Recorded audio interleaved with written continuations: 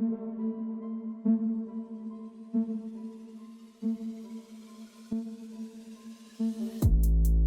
family.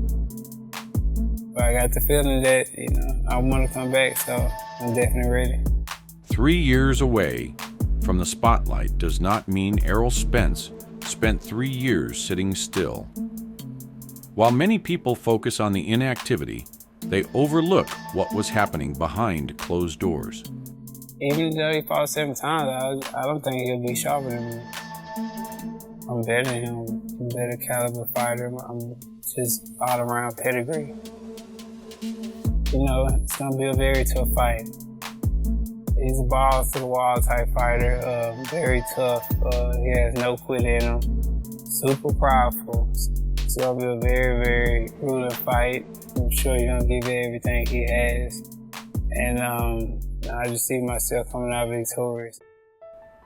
Spence stayed in the gym, rebuilt his body, sharpened his mindset, and waited until he believed the timing was right. Is there anything you want to say to Tim? Because clearly some of the things that you've heard haven't sat well with you. It's cool, but that's the difference between me and him. He's talking about his fight week, and he's in that mode. I've been in that mode, so I've been in that mode. That's why I didn't want to shake his hand.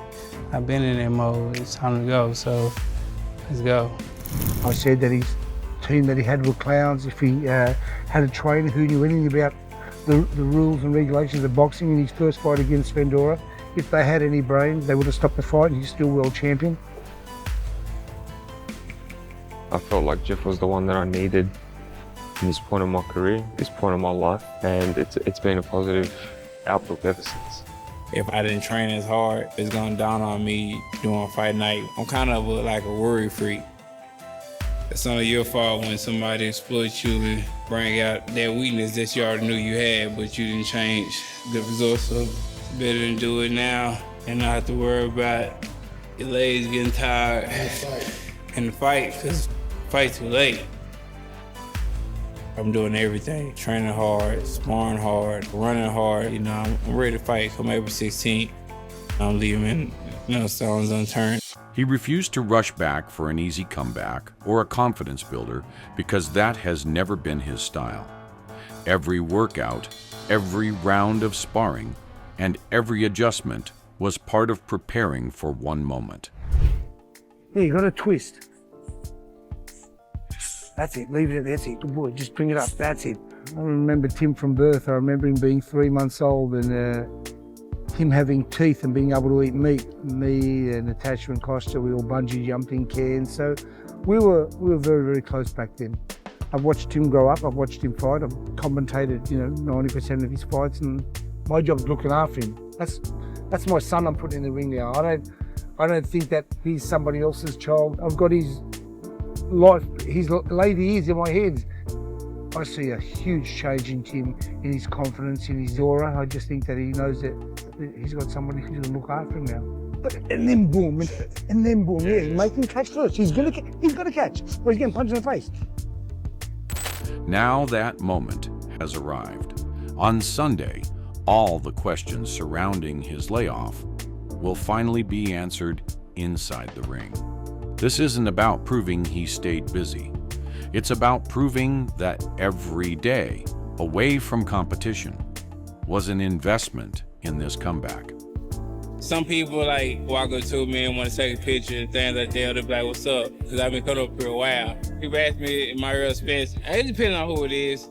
But sometimes if I don't feel like being bothered, I'll be like, "Nah." And they'll be like, "Man, you look just like him." I'll be like, "Yeah, I get that all the time." I understand I'm not a regular person. People can regularly see me at Walmart or Costco's or whatever. They can see me, with my family, walking, buying groceries, shopping, whatever. I'm not one of those guys, come in at a certain time or, tell the store owner I'm coming in so they can shut the place down or whatever, I like being amongst people and just, being a regular person. That's it, all distance, Timmy. 2 legs fast. If there's one thing I'm working really, really hard with Tim is on his foundation, having his feet in the right position, because if you've got good foundation, you're very hard to move. And the most important thing is when he's finished punching, he doesn't jump back and be in the line. If I can get him moving to the sides and doing those kind of things properly, very confident that we're going to be victorious on July 26th. Boom, here, bang, after it. He's caught it. That's a good boy. But while Errol Spence was preparing for his return, Tim Tszyu was building toward this moment from a completely different path. Long before this fight was announced, Fenech had already played a role in Tim's boxing journey. Having known and trained him since he was a young boy, Fenech understands the fighter behind the headlines better than most.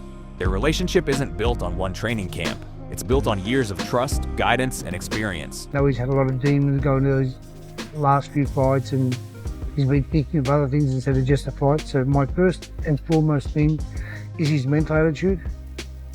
You don't have a problem with Tim when it comes to training. You know that he's going to give you 110%. 5, 6.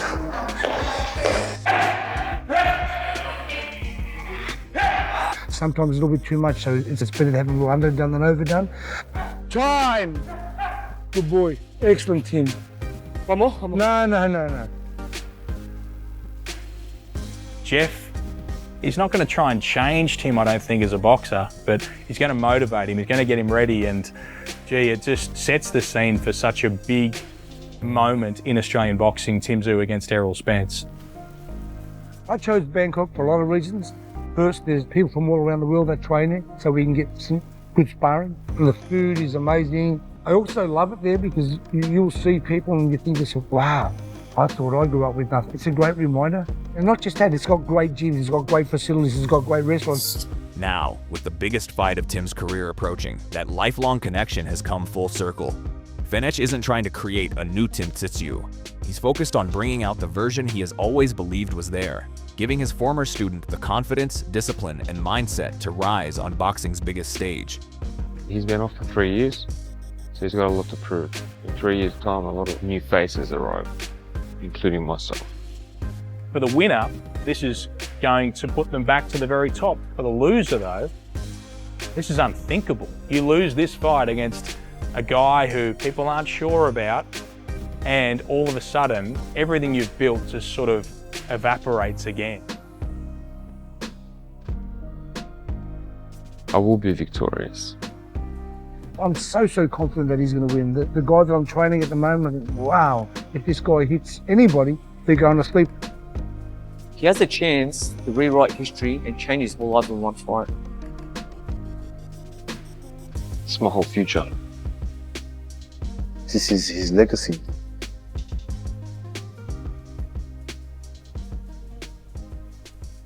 Show the world how great I am.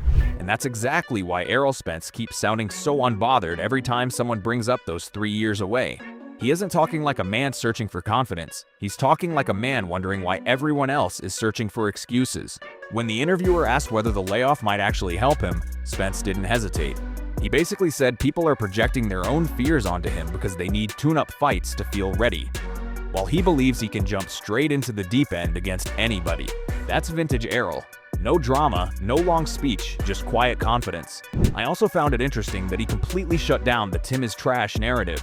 Instead of doubling down, he admitted Tim Tszyu is a good fighter and even joked that he was probably just having fun when he said it before. That's a veteran move. Here at Errol Spence, Errol, who's got more pressure on them in this fight, yourself or Tim Tszyu? I feel like we both have pressure, but it might be him because he's fighting in his hometown, and people expected him to put on a great show and a great performance against a guy off a 3-year layoff. Yeah. What gets you the win in this fight? Is it your experience? Is it your ring IQ? Is it your jab? What's your path to victory in this fight? I mean, you said it. Is that how you see it? I mean, yeah, that and amongst the other things too. Respect the opponent without giving away an inch. Then you notice something else.